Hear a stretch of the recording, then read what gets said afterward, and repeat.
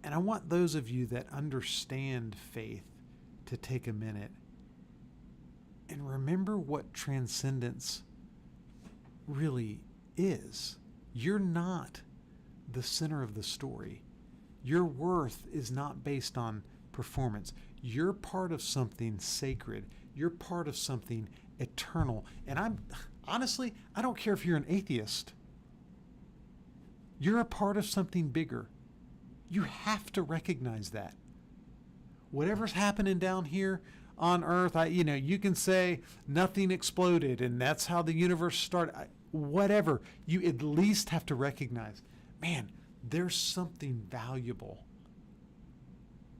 about this world and about life and about joy and about love and about relationships. And when you get outside of yourself and you stop trying to prove something to everybody and allow yourself just to say, I'm a part of something bigger, I'm a pawn in a bigger game, and my best effort is enough. That's when you live from that place of peace. And that's when the monster's voice ceases to have power in your life. Mike, don't over spiritualize this. Don't be so, heavenly mind. Look, relax. I'm not being simple here. I'm not being Pollyanna. I'm telling you, this is the secret. This is the path. This is how we start to feel better. This is how we silence the inner critic. It's not about you.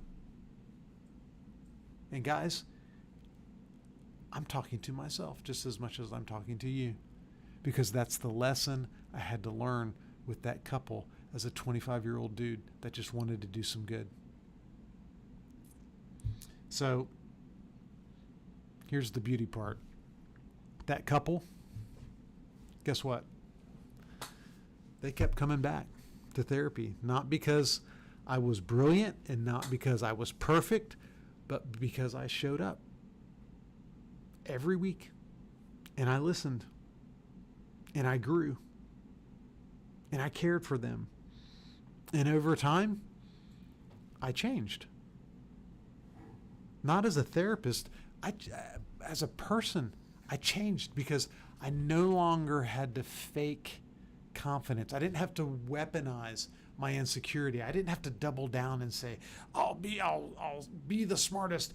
I'll outthink this guy. I'll outsmart him.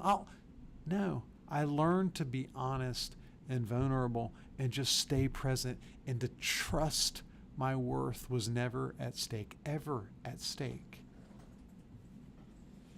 And look, the monster's never going to fully leave. If you struggle with that inner critic, it's never going to fully go away. But it doesn't have to run your life. And you don't need fear to fuel your growth. Don't be 25-year-old Mike who goes back to his supervisor and says, okay, here's my response to this. I'm going all in with my performance. No. There's a better way. Choose process over outcome. Choose transcendence.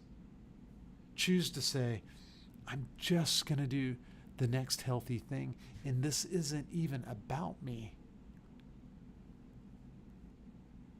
So I'm going to surrender outcomes, and I'm going to just trust that there is a God that's bigger than me, that loves me, that has a plan for me, and I can trust whatever comes next. And it might not be comfortable, and it might not all be perfect, and it might not be the story that I've told, but that's okay.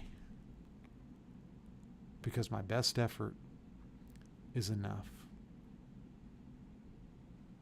So self-distance, normalize, value the process, live for something bigger, and in the end, you will silence the monster within. All right, guys. Thank you. Thank you for the opportunity to speak into your life today.